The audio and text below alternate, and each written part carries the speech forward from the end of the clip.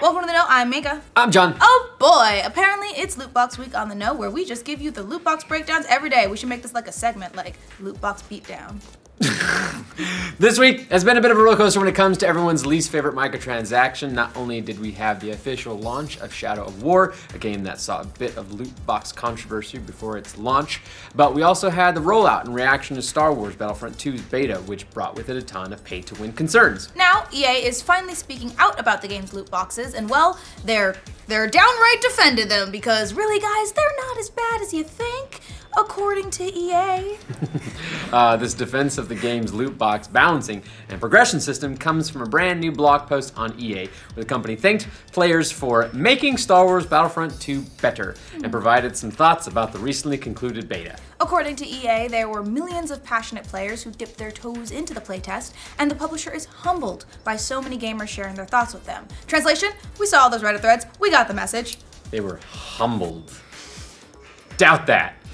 EA then goes on to remind everyone that what they're seeing in the beta is just a small piece of what the company is making and not quite the full picture. They then acknowledge a few gripes from players like strike mode, the first order flame trooper, the overpowered specialist, and how hard it is for players in the same game to stick together.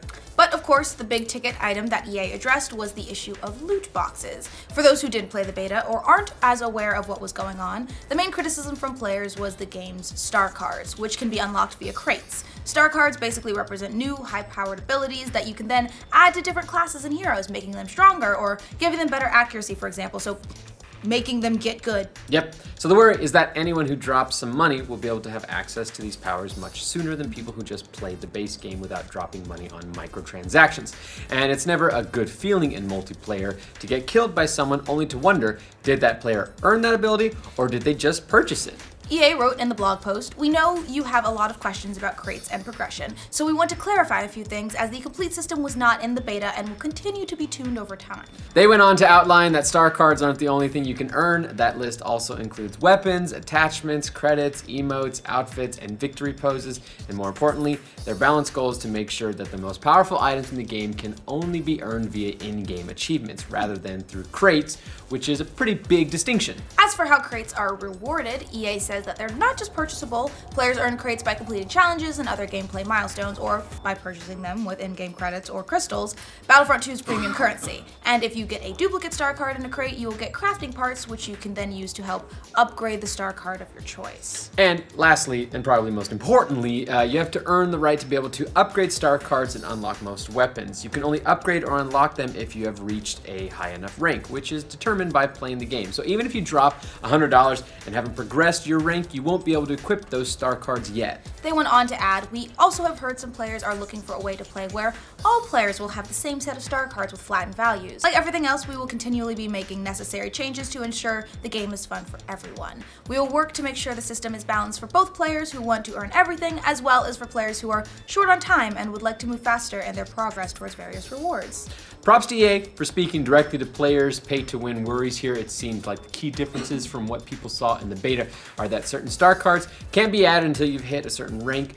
Duplicate star cards can be broken down and used to upgrade to better star cards, which is it was a big concern because even if you play the game a lot, you still might not get the cards you want. And lastly, that weapons aren't a part of loot crates. While those are some important distinctions, it's actually not too different than what people were worried about after the beta, namely that someone with money could still pay for better abilities and unlock them at a faster rate than regular players.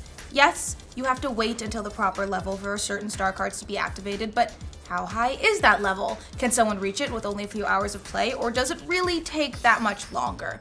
Well, we won't really actually know until the game is out for the actual balance, so we're just speculating here.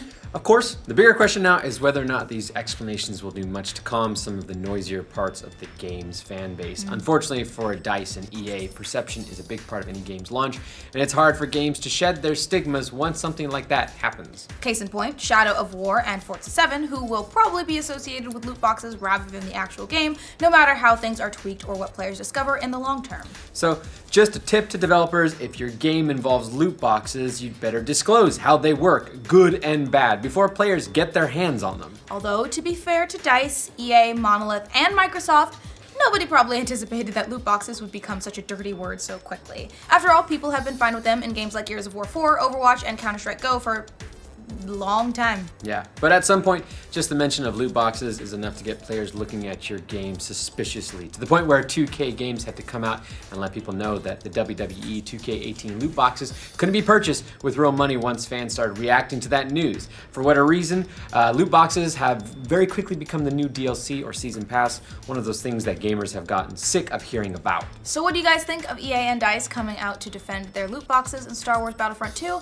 Let us know in the comments. For future updates on loot boxes and the many games that will have them next, remember to like this video. If you're new around here, subscribe to the know.